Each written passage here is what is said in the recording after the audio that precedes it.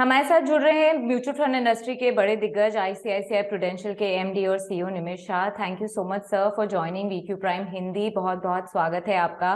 बाजारों ने नया लाइफ हाई बनाया है, लगातार तेजी देखने को मिल रही है। ऐसे में दो सवाल जो हर किसी के मन में है, पहला कि इस वक्त म्यूचुअल फंड हाउसेस क्या स्ट्रैटेजी अपना रहे हैं, और दूसरा म्यूचुअल फंड्स के निवेशकों को अभी क्या करना चाहिए।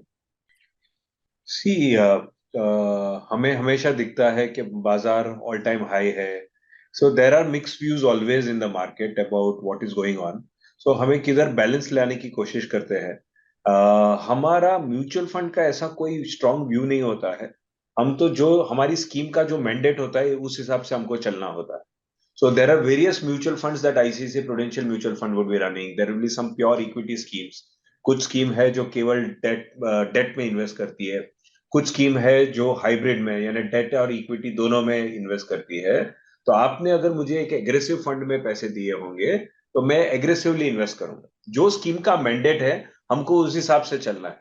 सो there are two things, one is what we recommend to our customers, और यानी हम हमारे कस्टमर को क्या सलाह देते हैं वो एक है। और दूसरा हमारे पास हर तरह की स्कीम होती है। तो जिस तरह की स्कीम होती है उसको उस तरह से चलाया जाता है। तो मेरी अगर एक प्योर इक्विटी स्कीम है जो एग्रेसिव होती है तो मैं वो उसमें फुल इक्विटी में जाता हूँ।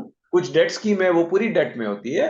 और हम कस्टमर्स को ज्यादा करके हम क्या एडवाइस करते हैं, specially when the markets are all time high, कि आप हमारे बैलेंस फंड में आ जाओ।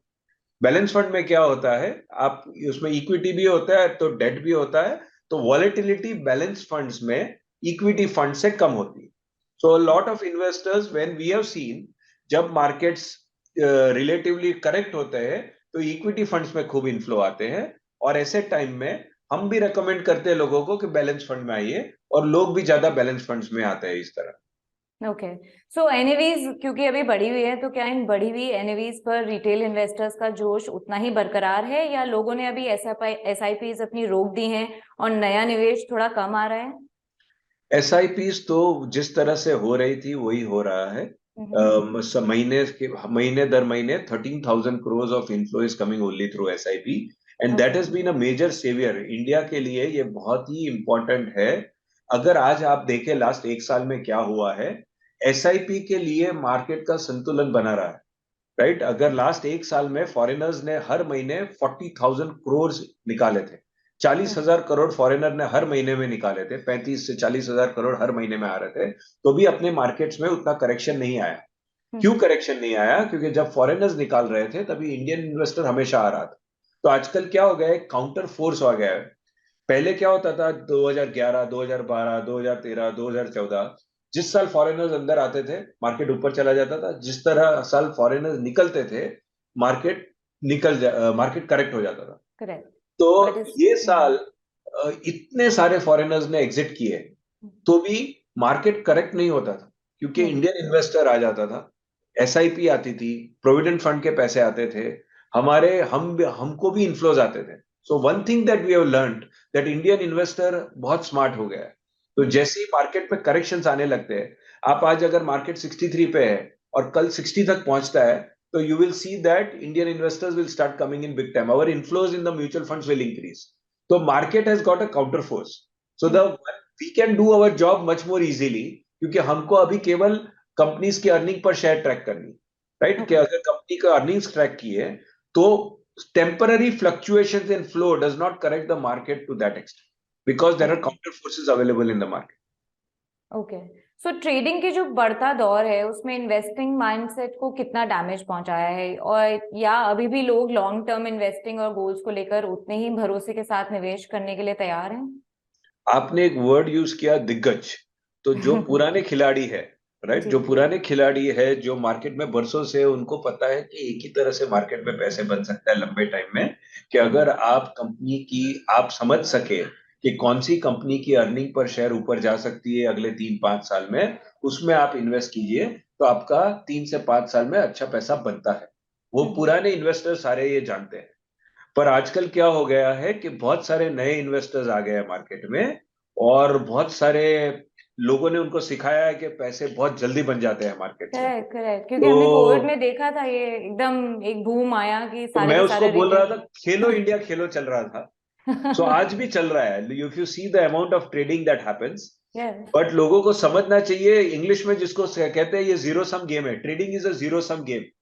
एक आदमी अगर पैसा बनाता है तो सामने एक आदमी पैसा गवाता है, trading is a zero sum game. true. तो सब पैसे बना रहे हैं वो तो हो ही नहीं सकता है, अगर कोई बना रहा है तो कोई गवा भी रहा है।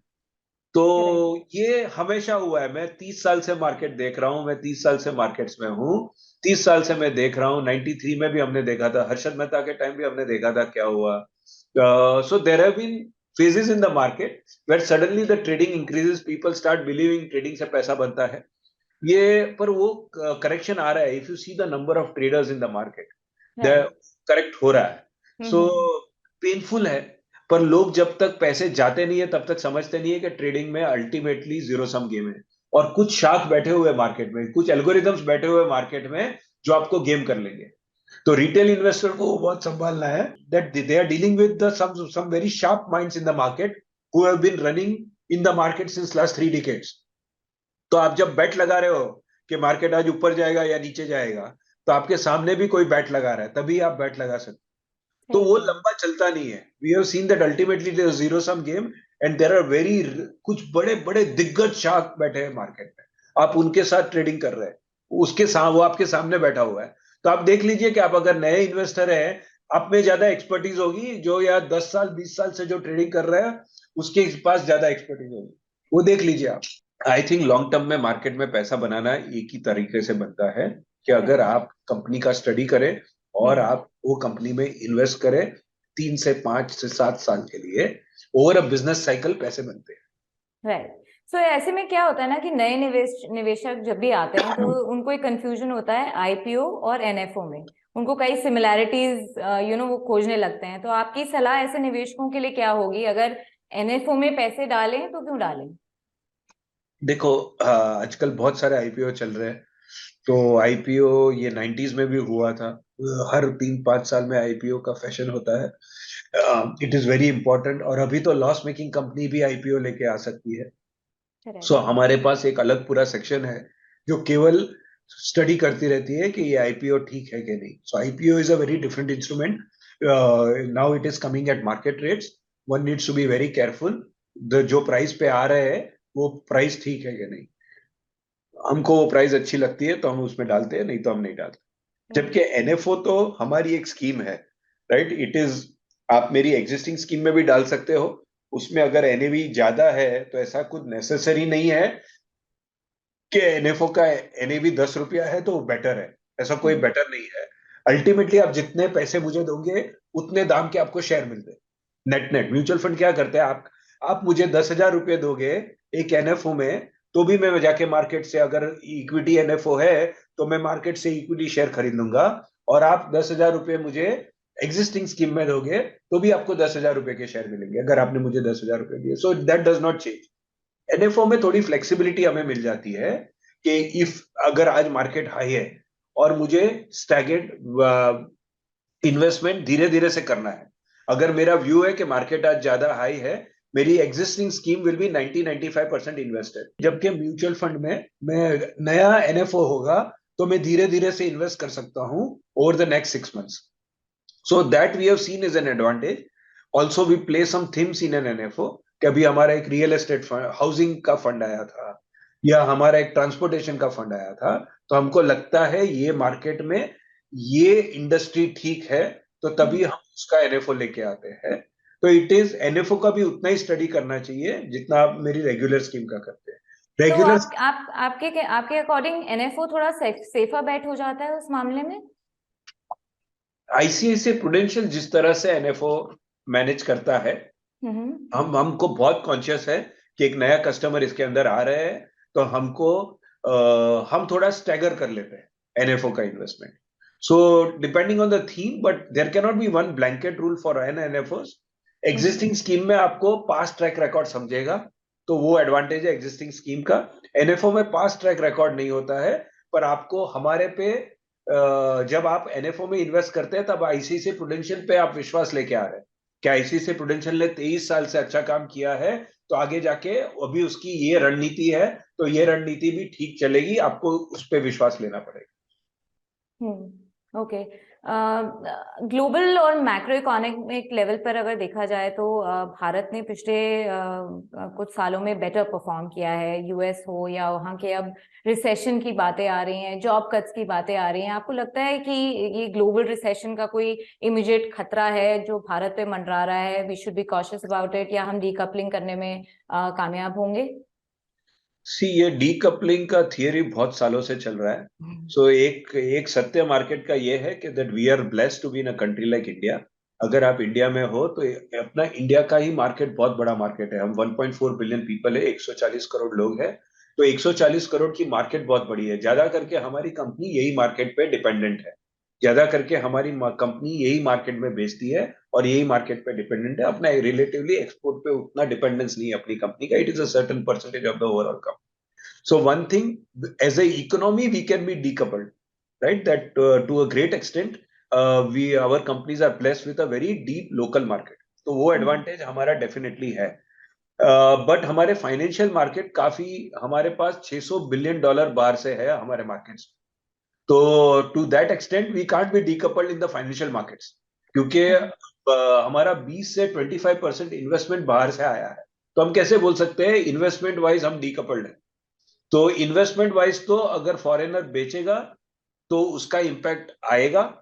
But now that we have developed a great local market also, to a great extent वो बैलेंस हो गया है। पर अगर फॉरेनर मार्केट में खरीदने जाता है तो डेफिनेटली मार्केट ऊपर जाती है, right? So to that extent I don't think financially we are decoupled, but economy wise we are quite resilient. We have got quite a resilient economy. And I think what has happened in the world is थोड़े axes हुए थे। India में uncertainty नहीं, India में नहीं है। India में अगर मैं आपको बोलूं मैक्रो इकोनॉमिक्स वाइज एक ही अनसर्टेनिटी है कि हमारा बैलेंस ऑफ पेमेंट नेगेटिव है। जब ऑयल का दाम ऊपर जाता है, जब ऑयल, एक थंब रूल है, जब ऑयल 80 रुपए से ऊपर चला जाता है तो हमारा बैलेंस ऑफ पेमेंट नेगेटिव हो जाता है।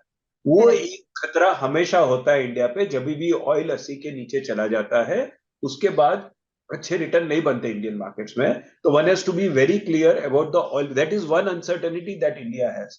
But most of the other uncertainty, बाहर से काफी अनसर्टेनिटी अभी भी है।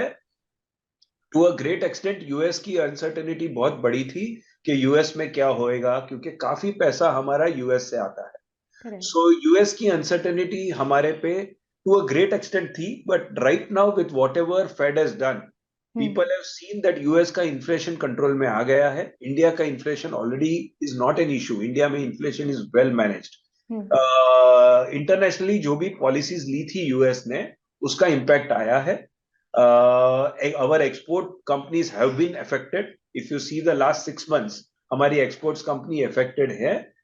तो 6 महीने पहले अगर आप मुझे बोलते थे तो रिस्क ज्यादा था। आज लगता है कि रिस्क मैनेज हो गया है, क्योंकि यूएस ने अपना कंट्री ठीक मैनेज कर लिया है। तो US recession impacting India, that risk is more or less, we know the data is in front of us, that US has been able to manage the inflationary expectation well. हम school में सीखे थे कि inflation खुद important नहीं होता है, inflation expectation क्या हो है वो ज्यादा इंपॉर्टेंट होती है, राइट? तो वो हमने एक्चुअली अभी देखा है यूएस में कि inflation expectation has been managed well in US. If you come to Russia and Russia, I think people have learn to live with the war, right? कि ये डिफरेंस होगा। और अगर आप ऑयल के दाम भी देखें तो उस तरह से वो ठीक लगते हुए दिख रहे हैं। China remains a huge issue for us कि चाइना में क्या होगा, चाइना डिमांड क्या होगा, चाइना सप्लाई क्या होगा, उस पर बहुत नजर रखनी पड़ेगी। हमारी केमिकल कंपनी में क्या होगा, हमारा स्टील कंपनी में क्या होगा, is all dependent on China का डिमांड। अगर कम हो गया तो चाइना का सप्लाई का क्या होगा, उस पे डेटा उतना ज्यादा आता नहीं है। यूएस से डेटा बहुत बहुत जल्दी आ जाता है।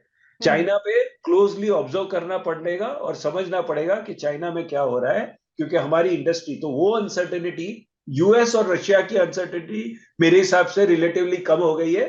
चाइना पे नजर है। ओके, बट कोई इमीडिएट खतरा हम पर अभी मंडराता हुआ आपको नहीं नजर आ रहा है, correct? Of course we have to keep an eye on China, definitely. मेरी इंडस्ट्री की profitability is based on China अपनी इंडस्ट्री में क्या करता है। तो टू दैट एक्सटेंट मुझे चाइना पे नजर रखनी होगी। चलिए, साल खत्म होने वाला है निमिष जी। हमारे दर्शक आपसे जरूर सुनना चाहेंगे कि अगले साल के लिए उन्हें किन फंड्स में निवेश करना चाहिए। ब्लू चिप में करें, मिड कैप फंड लें, फ्लेक्सी कैप लें, कहाँ ध्यान दें, या आप कोई अपनी तरफ से कोई थीम सुझाना चाहेंगे? देखो, मास मीडिया में क्योंकि हर एडवाइस सबके लिए ठीक नहीं होती। अगर दिन में 3 जन मेरा उनका पोर्टफोलियो लेके मेरे पास आते हैं, मैं तीनों को अलग अलग एडवाइस दे सकता हूँ डिपेंडिंग ऑन वो लोग आज इक्विटी में कितना इन्वेस्टेड है। सो आपका इक्विटी एलोकेशन क्या होना चाहिए वो आप पे है कि आपको कितना अनसर्टेनिटी आप ले सकते हैं। जितना आप देखो, एज एन इन्वेस्टर मुझे कोई फर्क नहीं पड़ता है अगर कल मेरा पोर्टफोलियो 20% डाउन हो गया, तो मुझे कोई फर्क नहीं पड़ेगा क्योंकि मैं नेक्स्ट 10 साल के लिए मार्केट में हूँ। राइट, तो मेरा ओरिएंटेशन है, मुझे फर्क नहीं पड़ता है। अगर मार्केट करेक्ट हो गया तो मैं और खरीदने जाऊंगा। Right, so that's how I think. So volatility does not affect me, volatility is my friend. Right, correct. that's how I look at it. So it depends on an individual. If a individual is under invested in equity or he is not, और उससे volatility से उससे परेशानी नहीं होती है, तो बेशक हमारे इक्विटी फंड्स में डालना चाहिए। पर अगर बंदा ऐसा है जिसको वॉलेटिलिटी से डर लगता है, अगर वो इतना लॉस लेने की क्षमता नहीं है, then there are debt funds available. Credit risk fund is a very good fund to invest in. और हमारे जो सारे बैलेंस फंड्स है, बैलेंस एडवांटेज है, एसेट एलोकेशन फंड है, हमारा मल्टी एसेट फंड है। हमारा मल्टी एसेट फंड इक्विटी में भी डालता है, डेट में भी डालता है, गोल्ड में भी डालता है। सो अगर आपके रिटेल इन्वेस्टर्स पूछ रहे हैं तो at any point of time, whether the market is 63,000 or 56,000, one can always invest in multi-asset fund. Right? ICICI Prudential Multi-Asset Fund is a very good strategy to, it's all season fund for retail investors to come in over a long period of time because equity, debt और gold तीनों में डाल दे। चलिए sir, शुक्रिया, thank you so much BQ prime से बात करने का। अगर 1 लाख रुपए हैं अगर आपके पास, तो मल्टी एसेट फंड में लगाने का आप सोच सकते हैं। Thank you so much Nimisha, BQ prime से बात करने के लिए बहुत थैंक बहुत यू, शुक्रिया। Thank you.